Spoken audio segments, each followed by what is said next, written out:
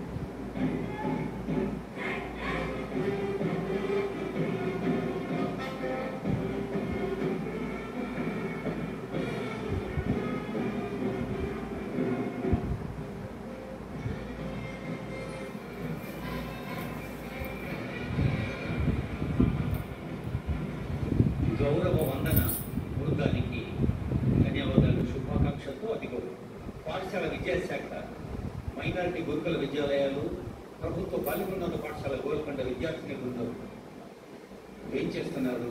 ముద్దుగా నేటి బాలలక్ష్ములే రేపటి మహాలక్ష్ములు.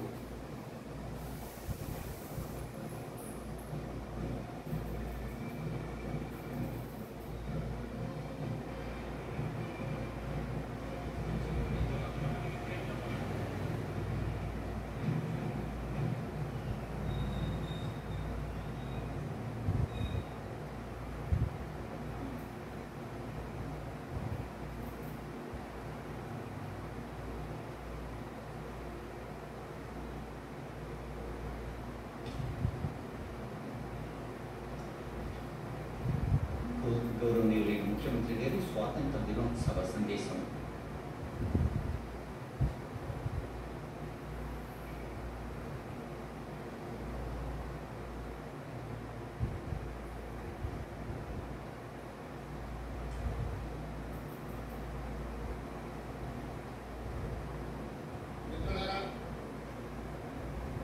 భారతదేశ ప్రజలందరికీ స్వతంత్ర దినోత్సవ శుభాకాంక్షలు.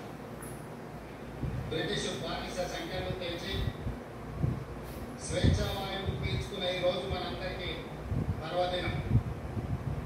మన దేశ అస్తిత్వాన్ని, ఆత్మగౌరవాన్ని భువనల జెండాగా సగర్వంగా ఎగరేసిన ఈ రోజు దేశ చరిత్రలో సువర్ణ అక్షరాలతో లిఖించదగ్గ రోజు.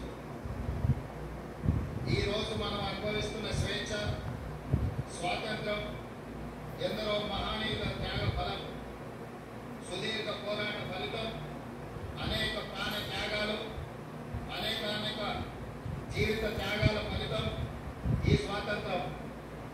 ఎందరో మహామౌల త్యాగాల వెలకట్టలేని బహుమతి ఈ స్వాతంత్రం. అటువంటి మహనీయులందరికీ శిరస్సు వంచి వినమ్రంగా నమస్కరిస్తున్నాను.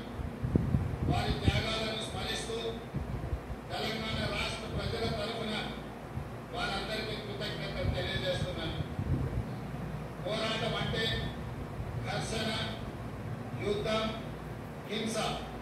కానీ ప్రపంచ చరిత్రలోనే ఆయుధం లేని యుద్ధాన్ని మన స్వతంత్ర పోరాటం, అహింసనే ఆయుధంగా మలిచి చేసిన మహా సంగ్రామం మన స్వతంత్ర సంగ్రామం. అహింస అనే ఆయుధంతో ఇంత గొప్ప విజయాన్ని సాధించవచ్చు అని రుజువు చేసి ప్రపంచానికి సరికొత్త యుద్ధ తంత్రాన్ని చూపించిన దేశం మనది. ఆ ఘనత, ఆ కీర్తి జాతి పిత మహాత్మా గాంధీకి దక్కుతుంది. ఈ సందర్భంగా ఆ మహనీయుడి దార్శనికతకు శిరస్సు వంచి నమస్కరిస్తున్నాను. ఈ దేశానికి స్వతంత్రం సాధించడంలో గమ్యం చేరినట్టు కాదు. అప్పుడప్పుడే పురుడు పోసుకున్న ప్రజాస్వామ్య దేశం ఒకవైపు సమలక్ష్య సమస్యలు, మరోవైపు దేశ విభజన గాయాలు, ఇంకోవైపు దేశ గుండెలపై సంస్థానాల కుప్పట్లు.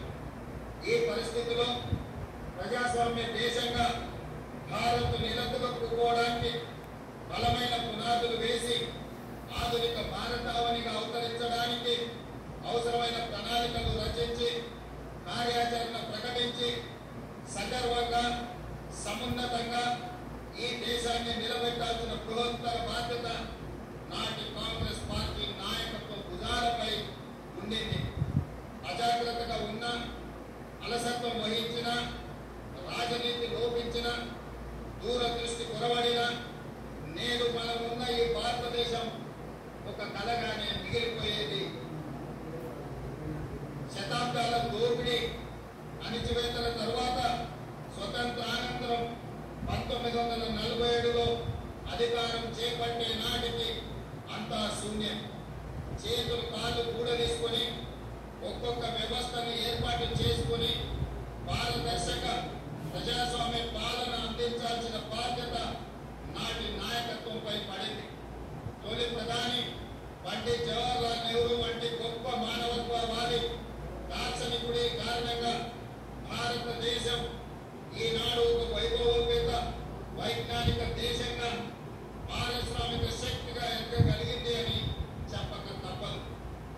పంచవర్ష ప్రణాళికలు రచించి ఈ దేశానికి వ్యవసాయ పారిశ్రామిక అభివృద్ధి అన్నవి రెండు కళ్ళు అని నమ్మి ఆ దిశగా తొలి అడుగులు వేయించిన దార్శనికుడు పండిత్ నెహ్రూ గారు. ఆయన ప్రారంభించిన సాగునీటి ప్రాజెక్టులను మనం ఈ రోజు ఆధునిక దేవాలయంగా పెంచుకుంటున్నాం. ఈ దేశంలో కోట్లాది ఎకరాల పంటలతో పచ్చ తోరణాన్ని కట్టుకుంటున్నాయి అంటే దానికి కారణం నెహ్రూ ప్రారంభించిన సాగునీటి ప్రాజెక్టులే. మన రాష్ట్రంలో నాగార్జున సాగర్, శ్రీశైలం, వాక్రానంగల్, శ్రీరామ్ సాగర్ లాంటి ప్రాజెక్టులు నెహ్రూ ప్రారంభిస్తే ఆ తర్వాత వాటిని పూర్తి చేసి కోట్లాది మంది రైతుల పొలాలకు సాగు జలాల ఆరించిన గొప్ప చరిత్ర స్వర్గీయ శ్రీమతి ఇందిరాగాంధీకి దక్కుతుంది. అంతేకాదు పారిశ్రామికంగా BHEL, ECIL, IDPL, విధాని వంటి ఎన్నో ప్రభుత్వ రంగ సంస్థలు ఆ స్వర్ణయుగంలో నెలకొల్పబడినే. హరిత విప్లవం, శ్వేత విప్లవం, నీలి విప్లవం వంటి కార్యక్రమాలను చేపట్టి అన్ని రంగాల సమగ్రాభివృద్ధికి కృషి చేసిన ఘనత నాటి ప్రభుత్వాలని. బడా పారిశ్రామికవేత్తలకు మాత్రమే తెలిసిన బ్యాంకింగ్ వ్యవస్థను జాతీయకరణతో గ్రామీణ ప్రజల చెంతకు చేర్చిన ఘనత, ప్రతి పౌరుడికి బ్యాంకును అందుబాటులోకి తెచ్చిన గొప్పతనం ఆనాటి ప్రాజెక్టుల వల్లనే జరిగింది. 1947 వరకు ఆహార ధాన్యాలను దిగుమతి చేసుకున్న దేశం భారతదేశం.